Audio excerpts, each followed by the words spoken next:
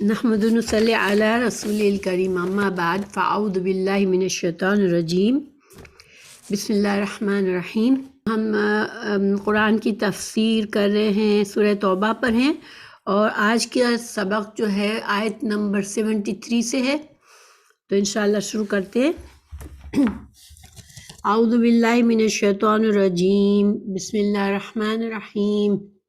یا ایھا النبی جاہد الکفار والمنافقین واغلظ علیہم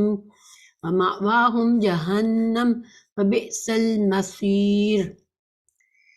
اللہ تعالیٰ فرماتا ہے، اے نبی صلی اللہ علیہ وسلم، کافروں اور منافقوں سے جہاد کر اور ان پر سختی کر، اور ان کا ٹھکانہ جہنم ہے اور وہ لوٹ کر جانے کی بری جگہ ہے۔ ان آیت کا پیچھے سے کیا تعلق ہے؟ ہم سورہ توبہ پڑھ رہے ہیں۔ ہمیں شروع سے سورہ توبہ 9 ہجری کو نازل ہوئی، یعنی کہ مکہ فتح ہو چکا تھا، اسلام جو ہے وہ ہر طرف پھیل رہا تھا۔ اب جو ہے اللہ سبحانہ تعالیٰ نے سورہ توبہ میں کافروں اور منافقوں کے لیے سخت قسم کے احکامات نازل فرمائے کہ اب جو ہے اب ان کی مہلت پوری ہو گئی ہے۔ جسے شروع میں سورہ توبہ کے شروع میں ہم نے دیکھا کہ کافروں کے بارے میں اللہ تعالیٰ نے براءت کا اظہار فرمایا تھا، اور رسول اللہ صلی اللہ علیہ وسلم کو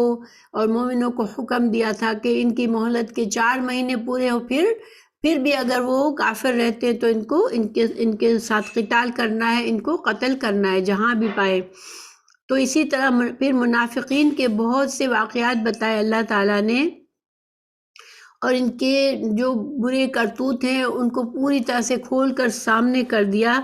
ان کے جتنے بھی مکارانہ ان کی کوششیں تھی، ان کو اس طرح سے کہ ایک ایک لفظ ان کے منہ سے نکلا ہوا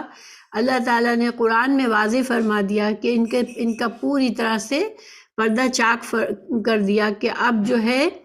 جو بھی منافق ہے وہ کھل کر سامنے آ جائے گا۔ یعنی بڑے بڑے منافقین جو تھے وہ بالکل کھل کر سامنے آ گئے، ان کے سارے جو ان کی چالیں تھیں سب کی سب بیکار ہو گئی۔ رسول اللہ صلی اللہ علیہ وسلم کا بھی شروع سے یہ طریقہ تھا کہ منافقین، جب آپ صلی اللہ علیہ وسلم مدینہ میں ہجرت کر کے آئے اور منافقین کا آغاز جنگ بدر میں جب مسلمانوں کو اللہ نے بڑی کامیابی دے دی، تو پھر اس وقت منافقین کچھ لوگ جو تھے وہ مسلمان ہونا نہیں چاہتے تھے، لیکن وہ صرف اس وجہ سے مسلمان ہوئے کہ اسلام کا جو بڑا غلبہ ان کو ملا تو یہ متاثر ہوئے، اور ان کو یہ لگا کہ اسلام بھی ایک بڑی قوت ہے، مسلمان بڑی قوت ہے اب مسلمانوں کی، تو ان کے سامنے وہ اپنا کفر اور اپنی دشمنی ان کے سامنے نہیں دکھانا چاہتے تھے، اس لیے وہ مسلمان ہو گئے۔ بظاہر زبانی طور پر مسلمان ہوئے، ان کے دلوں میں کفر بسا ہوا تھا۔ تو رسول اللہ صلی اللہ علیہ وسلم نے کئی واقعات ایسے ہوئے کہ ان کا نفاق کھل گیا، ان کی دشمنی سامنے آئی، مگر رسول اللہ صلی اللہ علیہ وسلم سے کچھ مخلص مسلمانوں نے ریکویسٹ بھی کی کہ یا رسول اللہ آپ ہمیں اجازت دے کہ اس منافق کو ہم گردن اڑا دیں، لیکن آپ صلی اللہ علیہ وسلم نے ایسا کرنے کی اجازت نہیں دی تھی۔ اور اس کی کیا وجہ تھی؟ یہ آپ صلی اللہ علیہ وسلم کی حکمت عملی تھی۔ آپ نہیں چاہتے تھے، رسول اللہ صلی اللہ علیہ وسلم یہ نہیں چاہتے تھے کہ ابھی اسلام بہت کمزور ہے، اور جو لوگ بظاہر کلمہ پڑھنے والے ہیں اگر ان کے قتال کا حکم دیا، ان کو قتل کرنے کا حکم دیا اللہ کے پیارے رسول نے، تو اس کے بارے میں جو اسلام کے دشمن ہیں ان کو موقع ملے گا کہ وہ اسلام کے بارے میں بری افواہیں پھیلائیں گے کہ رسول اللہ صلی اللہ علیہ وسلم تو مسلمانوں کو قتل کر دیتے ہیں، اور اس سے لوگوں کا اسلام میں داخل ہونے کا کچھ لوگ ڈر جائیں گے کہ مسلمان ہو کر تو پھر ہمیں قتل ہی ہونا ہے، تو بہتر ہے کہ ہم مسلمان نہ ہوں۔ تو یہ ساری وجوہات تھی آپ صلی اللہ علیہ وسلم کی کہ آپ چاہتے تھے کہ اسلام کے بڑھنے میں، آگے بڑھنے میں، اسلام کے پھیلنے میں کوئی رکاوٹ نہ آئے، یا کسی دشمن کو موقع نہ ملے کہ وہ اسلام کے بارے میں، رسول اللہ صلی اللہ علیہ وسلم کے بارے میں غلط قسم کا پروپیگنڈا کرے۔ تو یہ آپ صلی اللہ علیہ وسلم کی حکمت عملی تھی۔ لیکن اب چونکہ 9 ہجری میں نازل ہوئی ہے سورہ تبوک، اللہ تعالیٰ نے بھی پچھلے کچھ سبق میں ہم نے پڑھا کہ جب جنگ تبوک کے لیے ایک اعلان عام کر دیا کہ اس میں جہاد میں شریک ہونا سب کے لیے لازمی ہے، تو اس وقت منافقین جانا نہیں چاہتے تھے. یہ بہت مشکل سفر تھا اور مقابلہ بہت بڑے دشمن سے ہونا تھا، تو انہوں نے جھوٹے عذر پیش کیے رسول اللہ صلی اللہ علیہ وسلم سے، اور آپ صلی اللہ علیہ وسلم اپنی حسب عادت ان کے ان جھوٹے عذر پر کوئی اعتراض نہیں کیا اور ان سے کوئی باز پرس نہیں کی، اور ان کو چھوڑ دیا کہ ٹھیک ہے وہ پیچھے رہ سکتے ہیں. اللہ سبحانہ تعالیٰ نے اپنے پیارے رسول صلی اللہ علیہ وسلم پر تھوڑی سی تنبیہ کی کہ آپ کو اللہ تعالیٰ معاف کرے، آپ کیوں ان کے عذر کو اتنی آسانی سے قبول کرتے ہیں، آپ ان سے باز پرس کریں اور ان کے جھوٹ کو سامنے لائیں. یہ سارا ابھی تک ہمارا بیک گراؤنڈ چل رہا ہے. تو اب آج کی آیات میں بھی آج کی آیت سے پہلے ایک آیت میں اللہ تعالیٰ نے منافقین کو وعید نازل کی، صاف کھلی وعید تھی کہ جو تمہاری روش ہے وہ ایسی ہے جیسی کہ تم سے پہلے کی جو تباہ شدہ قومیں تھیں جن پر اللہ کا عذاب نازل ہوا، اور ان کی جو روش تھی جو اپنے انبیاء کے ساتھ وہ کرتے تھے، تم بھی وہی کر رہے ہو، تو تمہارا انجام بھی کہیں ان کے جیسا نہ ہو جائے، تو تم سنبھل جاؤ. یعنی کہ ایک بہت وارننگ تھی ان کے لیے، کھلی وارننگ اللہ تعالیٰ نے دی منافقین کو. اب یہ سب کچھ ہو جانے کے بعد اللہ تعالیٰ اپنے پیارے رسول صلی اللہ علیہ وسلم کو اس آیت میں حکم فرمایا کہ آپ منافقین اور کفار کے ساتھ جہاد کریں. جہاد جو ہے عام طور پر قتال یعنی جنگ کے معنی میں لیا جاتا ہے، تو کافروں سے تو جنگ آپ صلی اللہ علیہ وسلم نے کی، لیکن منافقین سے آپ نے اپنی زندگی میں کبھی بھی جنگ نہیں کی. تو یہاں پر بھی یہ جہاد جو ہے، یہ لفظ جو ہے وہ کس معنی میں استعمال ہوا ہے کہ ان کے ساتھ سختی سے باز پرس کریں، ان کے ساتھ معاملات ان کی جب کبھی یہ ان کی کوئی بری سازش سامنے آئے، ان کی کوئی برائی سامنے آئے، تو آپ ان کو ڈھیلا نہ چھوڑیں، ان کے ساتھ سختی کا معاملہ کریں، اور یہاں تک کہ ان کا جو جھوٹ ہے وہ کھل کر سامنے آ جائے، اور اگر یہ گناہگار ثابت ہو تو ان پر شرعی حدود نافذ کرے. تو یہ جہاد یہاں پر ان کے ساتھ سختی کا جو مطلب ہے، جہاد کا مطلب یہ ہے کیا؟ شدت کے ساتھ احتساب کرنا اور باز پرس کرنا، اور ان کے دوگلے پن کا محاسبہ کرنا، ان کے جھوٹ اور فریب کو کھول کر ان کو رسوا کرنا، اور ان کے اخلاقی جرائم کا جب اگر ارتکاب ہو ان سے تو ان پر حدود نافذ کرنا. یہ سارے معنوں میں جہاد کا لفظ ہے یہاں پر، کیونکہ آپ صلی اللہ علیہ وسلم نے عملی طور پر کبھی بھی ان کے ساتھ جنگ نہیں کی. اچھا، تو اب اللہ تعالیٰ فرما رہے ہیں کہ ان سے اب جہاد کریں، وَغْلُظْ عَلَيْهِمْ غَلَظًا، سختی کرے، ٹھیک ہے، ان کے ساتھ سخت رویہ کریں. جو نرمی کا معاملہ کرتے آپ صلی اللہ علیہ وسلم کا ایک طریقہ تھا، آپ نرم مزاج رہے ہمیشہ اور لوگوں سے نرمی کا معاملہ کیا، رحمت شفقت آپ صلی اللہ علیہ وسلم کی شخصیت میں تھی، مگر اب ان کے ساتھ بہت ہی غیظ کے ساتھ اور غصے کے ساتھ اور ان کے ساتھ سختی سے معاملہ کرنا ہے. وَمَأْوَاهُمْ جَهَنَّمْ، اور یہ تو ان کا دنیا کا معاملہ ہے، اگر وہ سدھریں گے نہیں تو پھر اللہ تعالیٰ نے فرما دیا کہ ان کا ٹھکانہ جہنم ہے، اور بئس المصیر، اور یہ بہت ہی بری جگہ ہے، یہ بہت بری جگہ ہے رہنے کے لیے. ایک طرح سے اب جو ہے منافقین کے لیے بھی وارننگ آ گئی کہ اب ان کے یہ طریقے، جس طریقے سے یہ چلتے ہیں، جس دوگلے پن سے یہ مسلمانوں میں بس رہے، اب یہ قابل قبول نہیں ہے. پھر اگلی آیت پر چلتے ہیں، آیت نمبر 74 پر ہیں. اب اللہ تعالیٰ ان کے کچھ اور جو برے اعمال تھے ان کو مزید واضح فرما رہے ہیں. یحلفون باللہ ما قالوا،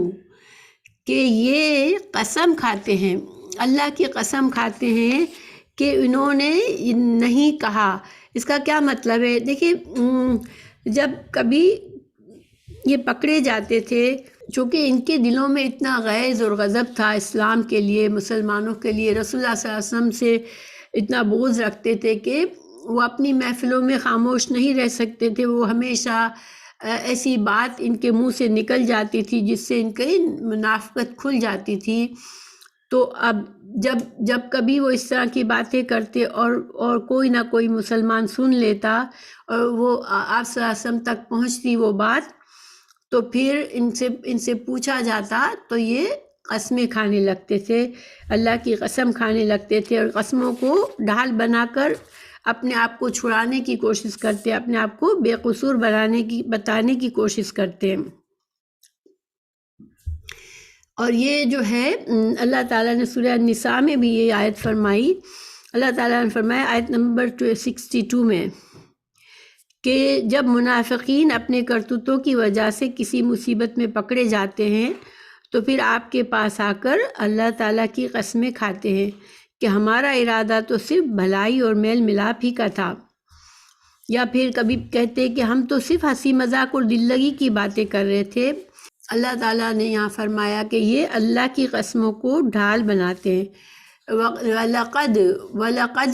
قَالُوا كَلِمَةَ الْكُفْرِ، اللہ تعالیٰ فرما رہے ہیں کہ تحقیق انہوں نے کفر کا کلمہ انہوں نے کہا ہے۔ وَكَفَرُوا بَعْدَ إِسْلَامِهِمْ، اور انہوں نے اپنے اسلام لانے کے بعد، کیونکہ بظاہر اپنے منہ سے اپنے قول سے انہوں نے اسلام کا اعتراف بھی کیا تھا اور بظاہر مسلمانوں والے کام بھی کرتے تھے، تو اللہ تعالیٰ فرما رہے ہیں کہ اسلام میں آنے کے بعد انہوں نے کفر کیا ہے، وَهَمُّوا، اور انہوں نے برے ارادے کیے، بِمَا لَمْ يَنَالُوا، لیکن وہ ان کو پورا نہیں کر سکے۔ اللہ تعالیٰ نے ان کے برے ارادوں کو پورا ہونے سے بچا لیا۔ تو اب ان آیت کی تفسیر میں بہت سے واقعات بیان کیے جاتے ہیں، مفسرین نے کئی واقعات بیان کیے ہیں کہ منافقین جو تھے وہ آپ صلی اللہ علیہ وسلم کی شان میں گستاخی کرتے تھے، ایسے کلمات کہتے تھے جو آپ کے شان نہیں تھے۔ پھر جب رسول اللہ صلی اللہ علیہ وسلم تک بات پہنچتی، آپ استفسار کرتے ان سے، تو یہ قسم اٹھاتے تھے۔ تو اللہ تعالیٰ نے ان کا انکار کر دیا کہ نہیں، یہ جو ہے جو بات انہوں نے کہی ہے وہ ایک کھلا کفر ہے، ان کی بات جو ہے کلمۃ کفر ہے۔ گویا کہ رسول اللہ صلی اللہ علیہ وسلم کی شان میں جو گستاخی وہ کرتے تھے یا جو الفاظ بولتے تھے، اللہ تعالیٰ نے اس کو کلمہ کفر کہا۔ اس سے کیا ثابت ہوتا ہے کہ رسول اللہ صلی اللہ علیہ وسلم کی شان میں گستاخی کرنے والا جو ہے وہ مسلمان نہیں رہتا اور وہ کافروں میں شامل ہو جاتا ہے۔ سورہ منافقون میں بھی اس کا ذکر ہے، اور صحیح بخاری اور مسلم میں بھی ہے حدیث۔ زید بن ارقم رضی اللہ عنہ بیان کرتے ہیں کہ میں ایک لڑائی میں تھا تو میں نے عبداللہ بن ابی سے سنا، وہ کہہ رہا تھا ان لوگوں پر خرچ نہ کرو جو اللہ کے رسول کے پاس ہیں، یہاں تک کہ وہ لوگ منتشر ہو جائیں، اور یہ کہ ہم اگر مدینہ واپس پہنچ گئے تو زیادہ عزت والا ذلیل تر کو نکال دے گا۔ تو میں نے یہ بات اپنے چچا عمر رضی اللہ عنہ سے بیان کی، انہوں نے رسول اللہ صلی اللہ علیہ وسلم سے اس کا ذکر کیا،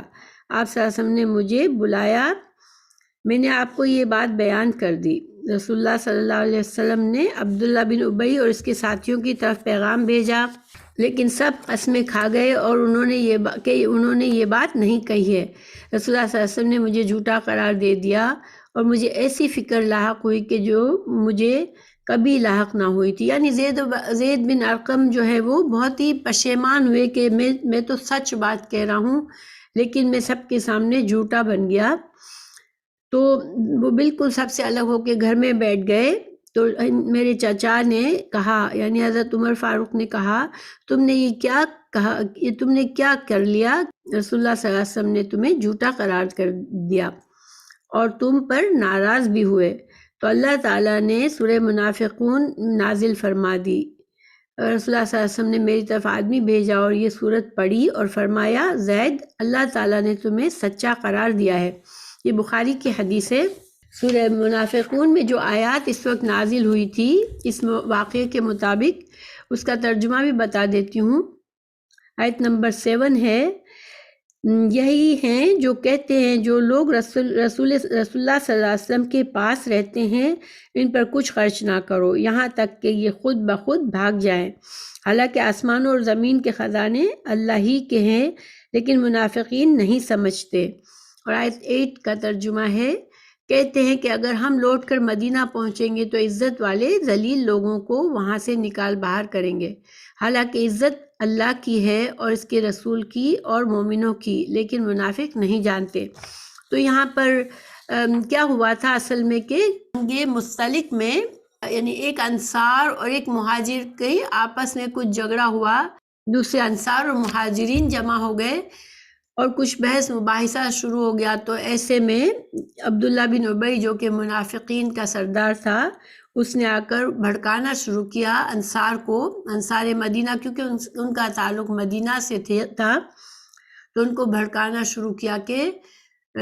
تم لوگوں نے تو ان مہاجرین کو اپنے گھروں میں جگہ دی ہے۔ جیسے کہ ہم جانتے ہیں کہ آپ صلی اللہ علیہ وسلم نے مہاجرین اور انصار کا بھائی چارہ کیا تھا، اور ان کو مہاجرین کی بہت زیادہ انہوں نے ان کی مہمانی کی، انصار نے ان کو اپنے گھروں میں جگہ دی، اور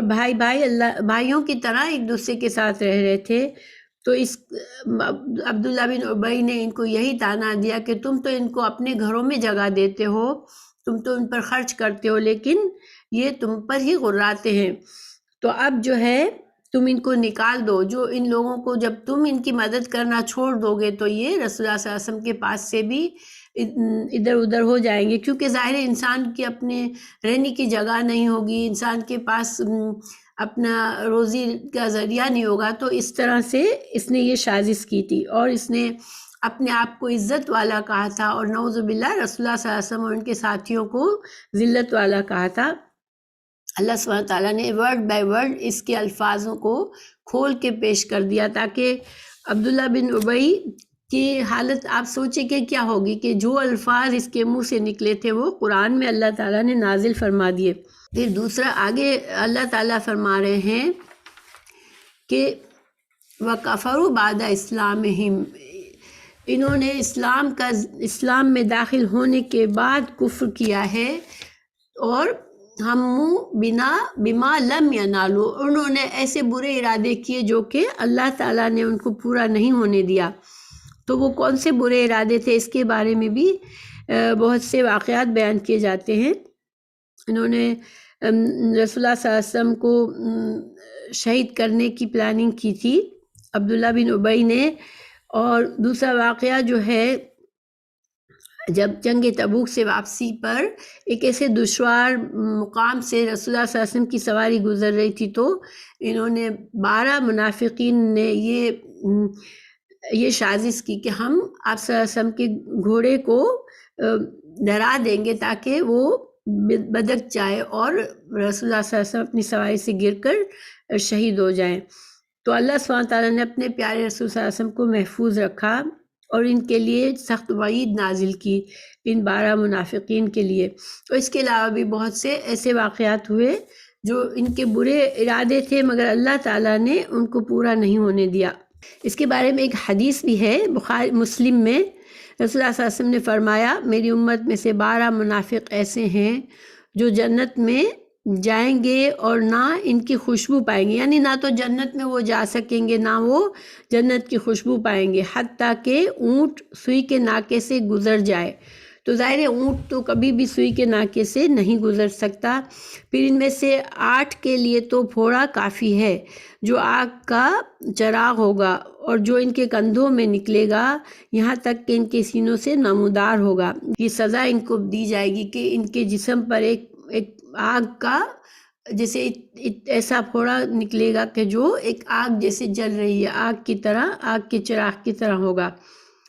تو بہرحال یہ سخت وعید تھی ان لوگوں کے لیے۔ پھر اللہ تعالیٰ فرما رہے ہیں وَمَا نَقَمُوا إِلَّا أَنْ أَغْنَاهُمُ اللَّهُ وَرَسُولُهُ، کہ ان کو کیا غصہ ہے، یعنی کہ اسلام پر اور مسلمانوں پر، رسول اللہ صلی اللہ علیہ وسلم پر ان کو کیا غصہ ہے، کس بات پر ناراض ہیں۔ تو رسول اللہ صلی اللہ علیہ وسلم نے نہ ان کا کچھ بگاڑا، نہ مومنوں نے کچھ بگاڑا۔ تو وَمَا نَقَمُوا إِلَّا أَنْ أَغْنَاهُمُ اللَّهُ، اور اللہ تعالیٰ نے ان کو غنی کیا ہے یعنی آپ صلی اللہ علیہ وسلم کی برکت سے جب آپ صلی اللہ علیہ وسلم مدینہ میں تشریف لائے، اس سے پہلے یثرب نام تھا اس کا، اور اس میں خانہ جنگی کئی سالوں سے چل رہی تھی مدینہ کے رہنے والے مختلف قبائل میں، جس کی وجہ سے وہ معاشی طور پر بھی بہت کمزور ہو چکے تھے۔ ایسے میں رسول اللہ صلی اللہ علیہ وسلم ہجرت کر کے جب آئے تو ظاہر مدینہ ایک مرکزی شہر بن گیا، کیونکہ اس میں لوگوں کا آنا جانا بڑھ گیا، دور دور سے لوگ آتے تھے، وفد اسلام کے بارے میں، رسول اللہ صلی اللہ علیہ وسلم سے ملنے کے بارے میں ہجرت کو فرض کر دیا گیا تھا، تو جو بھی مسلمان ہوتا تھا وہ یہاں آتا تھا۔ اب ظاہر جس شہر میں زیادہ لوگ آئیں گے وہاں پر ہر طرح کی سامان بھی آئے گا، پھر ضرورتوں کے لحاظ سے وہاں کے جو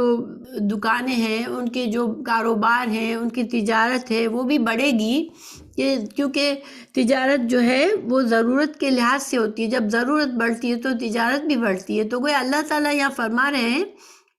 کہ ان کو تو رسول اللہ صلی اللہ علیہ وسلم کے مدینہ آنے سے ان کو تو فائدہ ہوا، اللہ تعالیٰ نے تو ان کو غنی کر دیا۔ اغناہم اللہ ورسولہ من فضلہ، تو اللہ تعالیٰ نے کا فضل یہاں پر یہ ہے کہ اللہ نے اپنے رسول صلی اللہ علیہ وسلم کو مبعوث فرمایا اور ان کو مدینہ ہجرت کرنے کا حکم دیا، تو یہ اللہ کا فضل تھا، جس کی وجہ سے پھر مدینہ میں برکتیں ہوئی۔ رسول اللہ صلی اللہ علیہ وسلم کی برکت سے مدینہ کا شہر جو تھا وہ ایک بڑا مرکزی شہر بن گیا، اور یہاں پر تجارت اور کاروبار خوب پھلنے پھولنے لگا۔ اور خاص طور سے دیکھیں منافقین کو زیادہ فائدہ اس لیے تھا کہ مخلص مسلمان اپنا سارا وقت تجارت پر اور اپنے روزی کمانے پر نہیں لگاتے تھے، مگر منافقین کے لیے تو چونکہ دنیا ہی کی محبت ہوتی ہے تو ان کو تو زیادہ اور بھی زیادہ فائدہ ہوا۔ پھر اللہ تعالیٰ نے یہاں پر خاص طور سے دنیا کے فائدے کا ذکر کیا، اور اس کی وجہ بھی یہ ہے کہ دیکھیے منافقین کو آخرت کا فائدہ بتانے اس سے کچھ فائدہ اس لیے نہیں تھا کہ وہ آخرت پر یقین ہی نہیں رکھتے، لیکن دنیا کا فائدہ تو وہ دیکھ سکتے تھے کہ ان کے واقعی میں ان کے مال بڑھ رہے ہیں، تو اللہ تعالیٰ نے ایک طرح سے ان کو بھی جھنجھوڑا منافقین کو کہ تم کو کیوں دشمنی ہے مسلمانوں سے، رسول اللہ صلی اللہ علیہ وسلم سے کیوں دشمنی ہے تم کو، جبکہ ان کے آنے سے تو تمہارا صرف فائدہ ہی ہوا ہے۔ پھر آگے اللہ تعالیٰ نے توبہ کرنے کی دعوت دی، فَإِن يَتُوبُوا يَكُونْ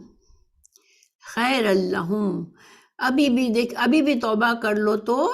ابھی بھی توبہ کر لے تو ان کے لیے بہتری ہے۔ تو ایک بہترین مثال ان کے لیے سامنے پیش کر کے اللہ تعالیٰ نے ان کو جھنجھوڑا، ان کو دنیا کے فائدے کو بتا کر اللہ تعالیٰ نے ان کو دعوت دین دی، توبہ کرنے کی دعوت دی کہ اب بھی توبہ کر لے تو ان کے لیے بہتر ہے، اور توبہ کے دروازے ہمیشہ کھلے رہتے ہیں۔ حالانکہ ان کے جرائم بہت سالوں سے یہ اس طرح کی روش پر چل رہے تھے، لیکن ابھی بھی ان کے لیے دروازہ کھلا تھا۔ اور اِن یتولوا، لیکن اب بھی اگر نہیں مانتے، اگر منہ موڑتے ہیں، توبہ نہیں کرتے، یعذبہم اللہ عذابا علیما، تو پھر ان کے لیے دردناک عذاب ہے۔ تو پھر اگر نہیں مانے اب بھی، تو اب تو ان کی مہلت بھی ختم ہو رہی ہے، جس طرح کافروں کی مہلت ختم کر دی گئی اسی طرح منافقین کی بھی مہلت ختم کر دی گئی۔ تو خلاصہ یہ ہے عنایت کا کہ منافقین کے جو ناپاک منصوبے تھے ان کی مثالیں کیا تھی کہ نمبر 1 رسول اللہ صلی اللہ علیہ وسلم کے قتل کرنے کے منصوبے کیے تاکہ اسلام کو جڑ سے اکھاڑ کر پھینک دے، دوسرے مجاہدین اور اصحاب صفا اور مہاجرین کے لیے مالی ذرائع بند کرنے کی کوشش کی تاکہ وہ مجبور ہو کر مدینہ سے واپس اپنے علاقوں میں چلے جائیں۔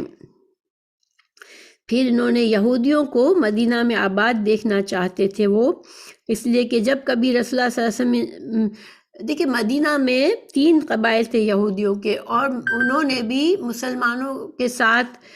بہت کئی بار غداری کی، اور نتیجے کے طور پر 2 قبائل جو تھے وہ جلا وطن ہوئے، اور ایک نے اتنی سخت سازش کی تھی کہ ان کو ان کے مردوں کو مار دیا گیا اور ان کی عورتوں اور بچوں کو غلام بنایا گیا۔ تو یہ سارے جو کہ ان کی کرتوت کا نتیجہ تھا، لیکن منافقین ہر بار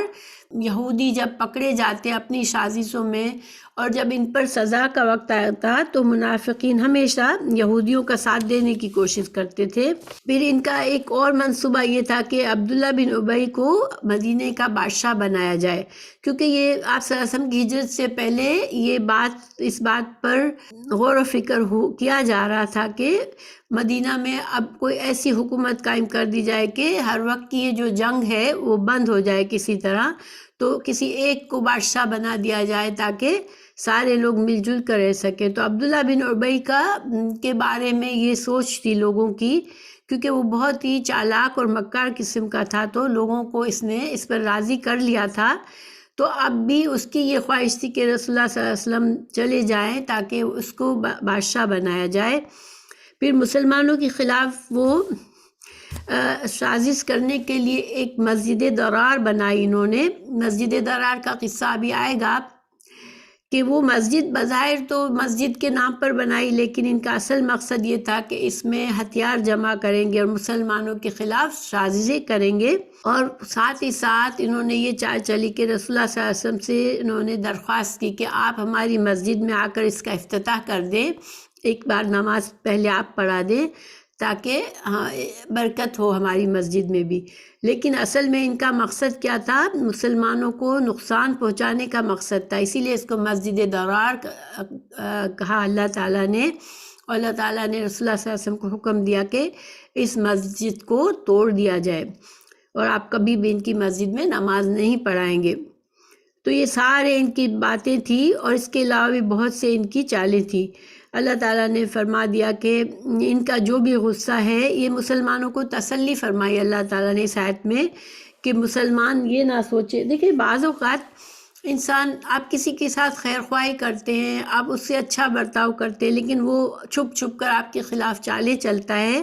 تو انسان کو دکھ ہوتا ہے۔ تو مسلمانوں کو بھی اللہ تعالیٰ نے تسلی دی کہ تمہارا کوئی قصور نہیں ہے، تم نے کچھ غلط نہیں کیا۔ ان کا غصہ یہ نہیں ہے کہ تم نے ان کے ساتھ کچھ غلط کیا ہے، بلکہ ان کا غصہ ان کے اپنے ناپاک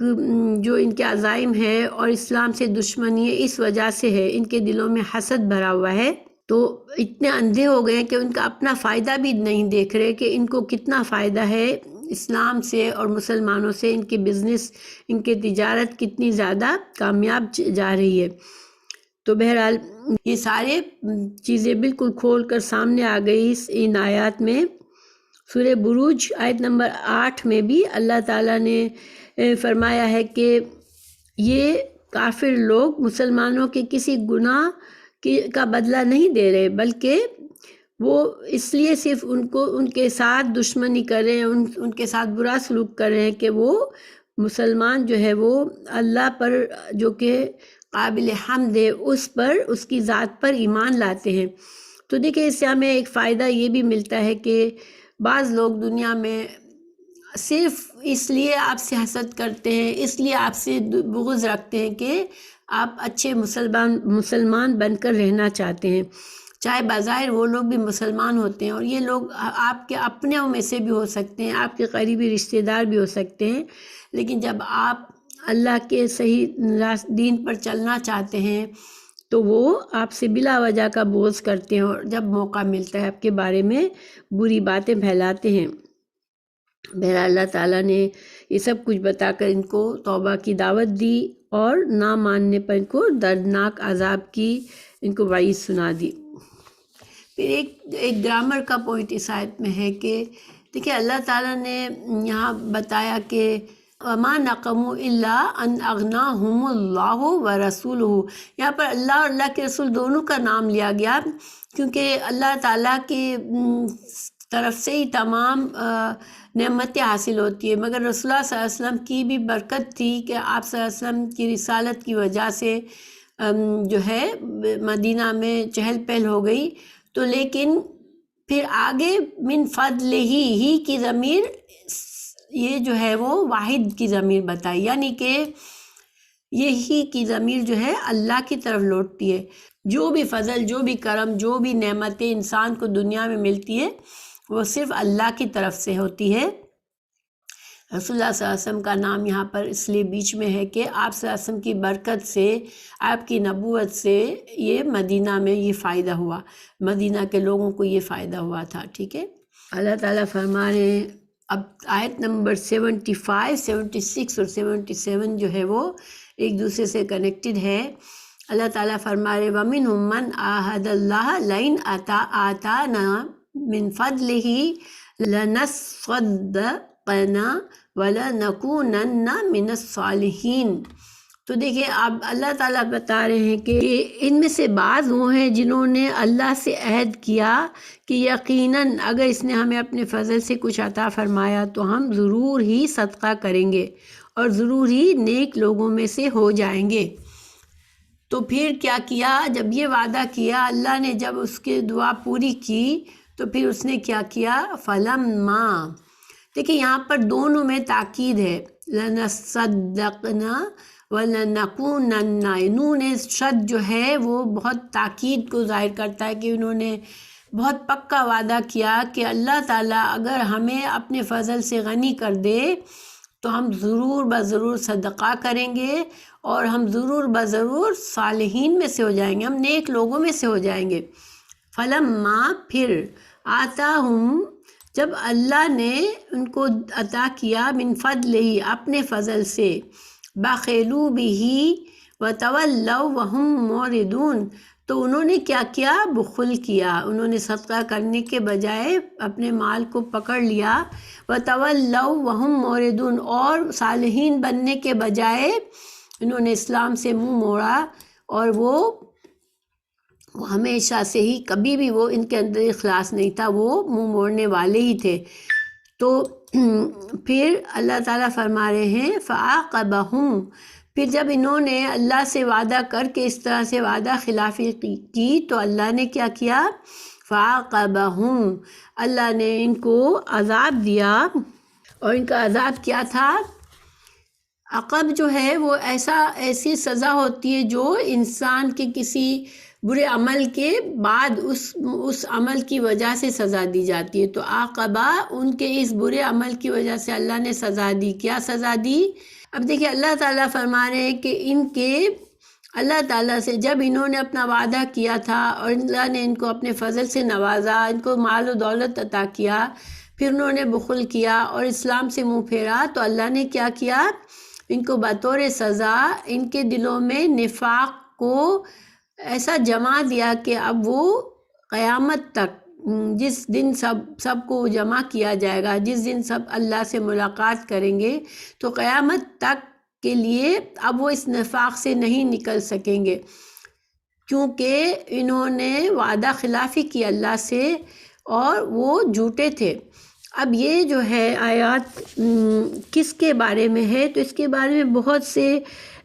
کچھ واقعات بیان کیے جاتے ہیں، ٹھیک ہے، اس کے بارے میں، لیکن جو واقعہ ایک شخص کا اس میں بیان کیا جاتا ہے وہ حدیث صحیح نہیں ہے، کیونکہ وہ صلبہ نام کے صحابی تھے اور وہ جنگ بدر میں شریک ہوئے تھے، اور جنگ بدر میں شریک ہونے والوں کا ایک رتبہ اور مقام تھا، اور وہ اس قسم کے الزامات ان کے اوپر صحیح نہیں تھے، اس لیے، لیکن ان کا جو ہے ہم ترجمہ اسی طرح کر سکتے ہیں کہ اس طرح کے لوگ ہوتے ہیں، بہت سے ایسے واقعات ہوتے ہیں، بہت سے ایسے لوگ ہوتے ہیں جو جب دعا کرتے ہیں تو اللہ سے وعدہ کرتے ہیں، اللہ مجھے یہ دے دے، مجھے یہ دولت دے دے، تو جب تو دولت دے گا تو میں یہ فلاں فلاں کام کروں گا نیکی کا، یا پھر کسی کو دیکھ کر، کسی امیر آدمی کو دیکھ کر وہ ایسی باتیں کرتے ہیں کہ اس کو اللہ نے اتنا دیا ہے لیکن وہ بخل کر رہا ہے، میرے پاس اگر یہ ہو، مجھے اللہ دے تو میں تو بہت سخی بنوں اور میں تو یہ بڑے بڑے کام کر لوں۔ اور ایسے بہت سے لوگ ایسے ہوتے ہیں کہ دوسروں کو دیکھ کر اس طرح کے دعوے کرتے ہیں، تو یہ ساری باتیں جو ہیں یہ صحیح نہیں ہے، کیوں مناسب نہیں ہے۔ یہ انسان کو ہمیشہ پہلی بات اللہ سے جب کوئی دعا مانگے، کوئی نعمت مانگے تو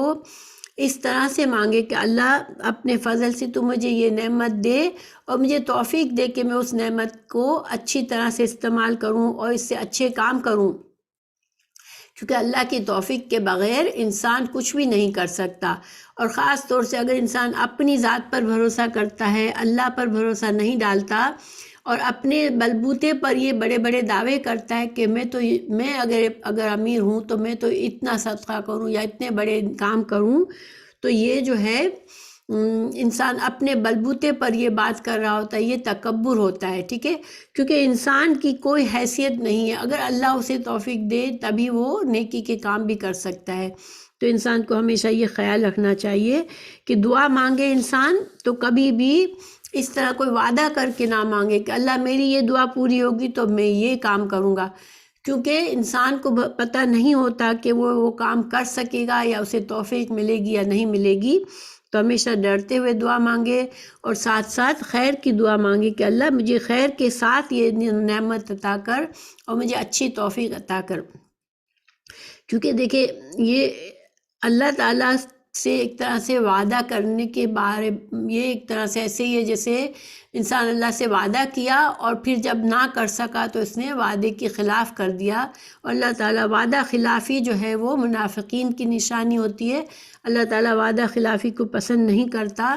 اور نہ ہی اللہ تعالیٰ جھوٹ بولنے کو پسند کرتا ہے، اور یہاں پر بڑی سخت سزا ہے کہ پھر ایسے لوگوں سے نیک کام کرنے کی توفیق ہی چھن جاتی ہے، جن کو بڑا اپنے اوپر زوم ہوتا ہے کہ ہم اگر ایسے ہوں تو ہمارے پاس تو یہ ہو تو ہم ایسا کر سکتے ہیں،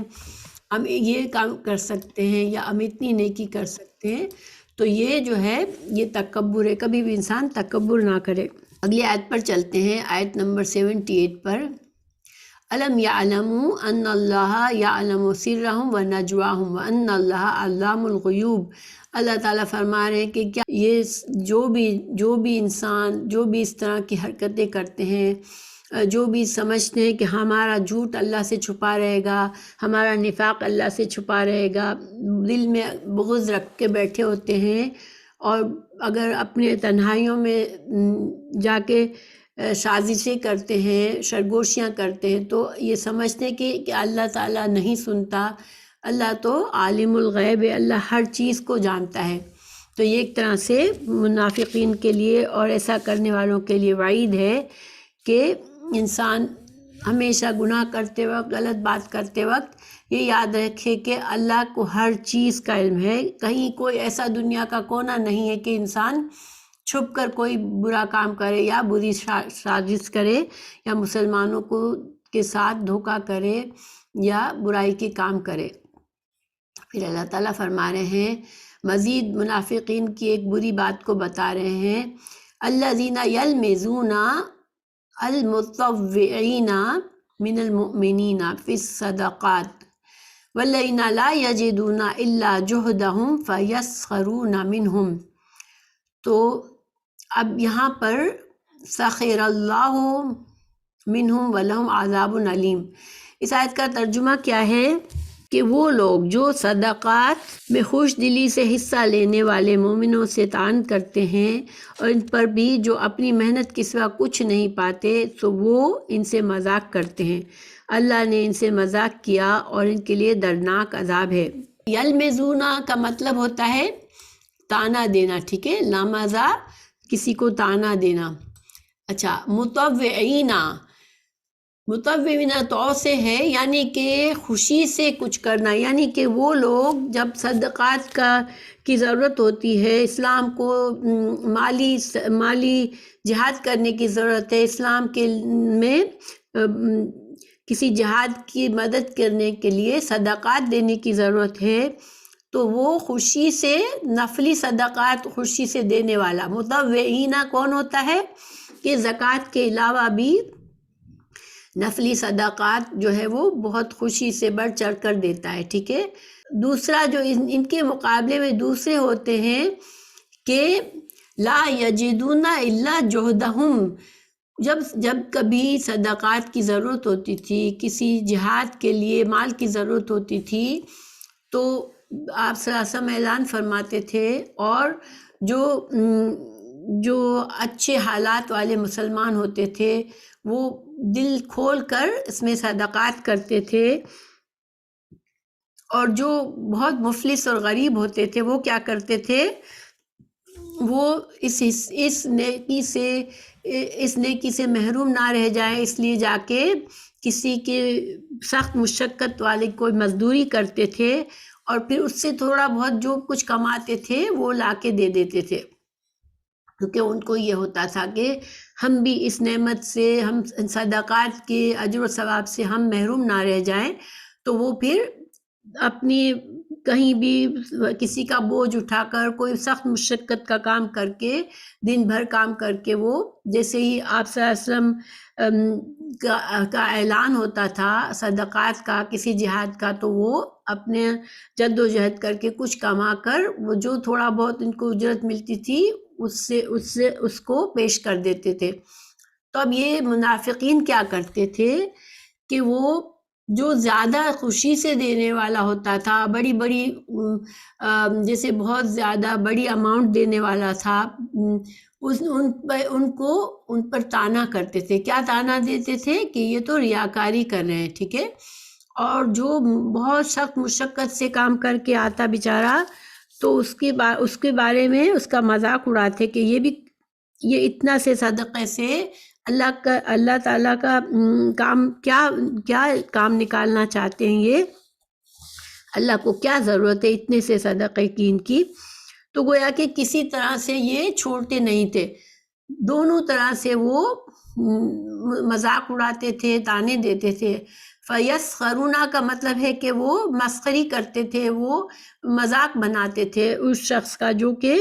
اتنا سا سامان لے کر آتا تھا۔ تو اللہ تعالیٰ نے فرمایا کہ اللہ تعالیٰ ان سے سخر اللہ منہم، اللہ ان کا مذاق کرے گا اور ان کے لیے عذاب علیم ہے۔ اس کے بارے میں کئی واقعات ہیں، احادیث ہیں۔ دیکھیں جب جنگ تبوک کے لیے رسول اللہ صلی اللہ علیہ وسلم نے اعلان فرمایا تو حضرت عمر رضی اللہ عنہ نے اپنا نصف سامان، گھر کا جو بھی کچھ ان کے پاس تھا اس کا آدھا نکالا اور اس کو لے کر آئے، اور دل میں یہ سوچ رہے تھے کہ آج میں شاید ابو بکر صدیق سے بڑھ جاؤں گا، کیونکہ حضرت عمر ہمیشہ کوشش کرتے کہ نیکی کا کام بڑھ چڑھ کر کریں، لیکن جب بھی وہ کام کرتے تو انہیں پتہ چلتا کہ حضرت ابو بکر صدیق نے ان سے زیادہ کر لیا ہے، تو ان کو ہمیشہ دل میں خواہش ہوتی تھی کہ کبھی میں حضرت ابو بکر صدیق سے آگے بڑھ جاؤں۔ تو جب انہوں نے دیکھا کہ حضرت ابو بکر صدیق تو اپنے گھر کا پورا سامان لے کر آئے تھے، یہ حدیث جو ہے وہ ترمذی کی ہے، ٹھیک ہے۔ اسی طرح حضرت عبد الرحمن بن سمرہ کی حدیث ہے کہ غزوہ تبوک کی تیاری کے وقت عثمان رضی اللہ عنہ نے 1000 دینار لا کر رسول اللہ صلی اللہ علیہ وسلم کی جھولی میں رکھ دیے۔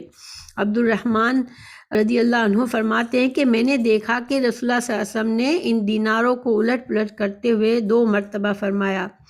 آج کے اس عمل کے بعد عثمان جو بھی عمل کرے وہ انہیں نقصان نہیں پہنچائے گا۔ یہ ترمذی کی حدیث ہے، یعنی اتنا بڑا صدقہ دیا کہ رسول اللہ صلی اللہ علیہ وسلم نے فرمایا کہ ان کے آئندہ کوئی گناہ بھی ہوئے تو بھی اللہ تعالیٰ ان کو معاف فرما دے گا ان کی اتنی بڑی نیکی کی وجہ سے۔ دوسری حدیث عبداللہ بن مسعود فرماتے ہیں جب صدقے کی آیت ہوتی تو ہم نے اپنی پیٹھوں پر بوجھ اٹھاتے، یعنی اس طرح اجرت حاصل کرتے، تو ایک آدمی آیا، اس نے بہت زیادہ چیز کا صدقہ کیا، تو منافق کہنے لگے یہ دکھاوا چاہتا ہے، اور ایک اور آدمی آیا، اس نے ایک سا جو ہوتا ہے وہ ہمارے 2 کلوگرام کے برابر ہوتا ہے، تو ایک سا صدقہ کیا، یعنی کھجوریں خرید کر آیا وہ 2 کلوگرام۔ تو انہوں نے کہا کہ اللہ تعالیٰ اس کے صدقے سے بے نیاز ہے، یعنی اس کے اللہ کو کیا ضرورت ہے اتنی چھوٹی سی اماؤنٹ کی چیز کی۔ تو یہ آیت اتری بخاری کی حدیث ہے کہ اللہ تعالیٰ نے اس پر یہ آیت نازل فرمائی۔ پھر اس کے علاوہ بھی حضرت ابو مسعود انصاری کی روایت ہے کہ ابو قیل مزدوری کر کے آدھا سا 1 کلو غلہ لائے اور ایک صاحب زیادہ مال لائے، تو منافق کہنے لگے کہ اس نصف سا سے اللہ کی کیا ضرورت ہے، اللہ کو کیا ضرورت تھی، اور اس دوسرے نے تو محض دکھاوے کے لیے کیا ہے، یعنی وہ دونوں کے بارے میں انہوں نے تان کیا اور دونوں کے بارے میں مذاق کی۔ اب اللہ سبحانہ تعالیٰ نے ان کے اس حرکت پر سختی، بہت ناراضگی کا اظہار فرمایا کہ اللہ ان سے مذاق کرے گا۔ اب اللہ تعالیٰ کا مذاق کیا؟ دیکھیں اللہ تعالیٰ کسی سے مذاق نہیں کرتا، پہلی بات، ٹھیک ہے؟ تو اس کے دو معنی کیے گئے ہیں۔ ایک تو یہ کہ چونکہ جب انسان کسی کا مذاق اڑاتا ہے تو اصل میں وہ اپنے آپ کو بڑا بنا رہا ہوتا ہے، اس کو حقیر کر رہا ہوتا ہے جس کا مذاق اڑا رہا ہوتا ہے۔ تو چونکہ وہ مسلمانوں کو نیچا کرنے کے لیے مذاق اڑاتے تھے، مسلمانوں کو اپنے سے کمتر بتانے کے لیے ان کا مذاق اڑاتے تھے، تو اللہ تعالیٰ ان کے جرم کی برابر کا ان کو سزا دے گا، اور اللہ بھی ان کو نیچا کرے گا، ان کو ذلیل، دنیا میں بھی ذلیل و رسوا کرے گا اور آخرت میں بھی ان کو ذلت کا عذاب دے گا۔ اچھا، پھر دوسرا معنی اس کا یہ کیا گیا کہ ایسے لوگوں کو اللہ تعالیٰ واقعی میں ان سے استہزاء کرے گا۔ اور یہ بات ہمیں کیسے پتہ چلتی ہے؟ سورہ حدید کی آیت نمبر 13 میں اللہ تعالیٰ فرماتا ہے اس دن منافق مرد اور عورت ایمانداروں سے کہیں گے، یعنی جس دن سب کو صراط سے گزرنا ہوگا، جنہوں نے بھی ایمان کا دعویٰ کیا۔ دیکھیں کافروں کو صراط سے نہیں گزرنا پڑے گا، ان کو تو پورے کرکٹ کی طرح جہنم میں ویسے ہی جھونک دیا جائے گا، لیکن جنہوں نے اسلام کا دعویٰ کیا ہوگا، مسلمان کلمہ پڑھا ہوگا، ان سب کو پلصراط سے گزرنا پڑے گا۔ اور پھر جو لوگ پلصراط پر اللہ تعالیٰ لوگوں کو ان کے نیک اعمال کے لحاظ سے ان کو روشنی دی جائے گی، کیونکہ وہاں بالکل اندھیرا ہوگا، تو اس پر اب منافقین کے اعمال تو جو کہ صرف دکھاوے کے ہوتے تھے تو ان کے پاس کوئی روشنی نہیں ہوگی، لیکن مومنوں کے پاس روشنی ہوگی۔ تو اس دن منافق مرد اور عورت ایمانداروں سے کہیں گے، کیونکہ وہ پہچانیں گے کہ یہ لوگ تو ہمارے ساتھ ہوا کرتے تھے، کہ وہ ان سے کہیں گے ہمارا انتظار تو کرو کہ ہم بھی تمہارے نور سے کچھ روشنی حاصل کر لیں۔ تو ان کو جواب دیا جائے گا تم اپنے پیچھے لوٹ جاؤ اور روشنی تلاش کرو، لیکن پیچھے کوئی روشنی نہیں ہوگی، بلکہ کیا ہوگا کہ جیسے ہی وہ پیچھے ہٹیں گے تو ایک دیوار حائل ہو جائے گی منافقین اور مسلمانوں کے درمیان، اور اس دیوار میں ایک دروازہ ہوگا، اور اس کے اندرونی حصے میں رحمت ہوگی، یعنی جو لوگ مسلمانوں کی طرف کا حصہ جو ہوگا اس میں اللہ کی رحمت ہوگی، اور جو منافقین کا حصہ ہوگا وہاں پر عذاب ہوگا۔ اور وہ چلا کر ان سے کہیں گے کیا ہم تمہارے ساتھ نہ تھے؟ وہ کہیں گے ہاں تھے تو صحیح، لیکن تم نے اپنے آپ کو گمراہی میں پھنسا رکھا تھا اور انتظار میں ہی رہے، شک و شبہ کرتے رہے، اور تمہیں تمہاری فضول تمناؤں نے دھوکے میں ہی رکھا، یہاں تک کہ اللہ کا فیصلہ آ پہنچا، اور تمہیں اللہ کے بارے میں دھوکہ دینے والے شیطان نے دھوکے میں رکھا، اور آج تم سے یہ نہ فدیہ نہ بدلہ قبول کیا جائے گا، اور نہ کافروں سے تم سب کا ٹھکانہ دوزخ ہے، وہی تمہارے رفیق ہے اور وہ برا ٹھکانہ ہے۔ تو دیکھیں یہاں پر مذاق اڑانے کا کتنا بڑا یہاں پر عذاب ہے۔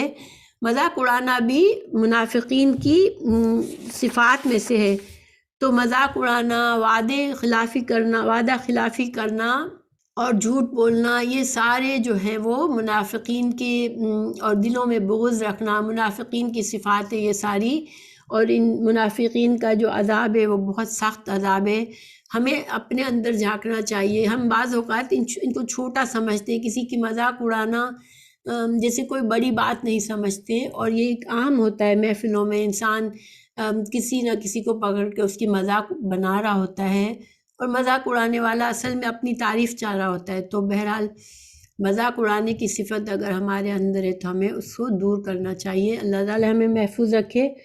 تو بس خلاصہ یہی ہے ان سب چیزوں کا کہ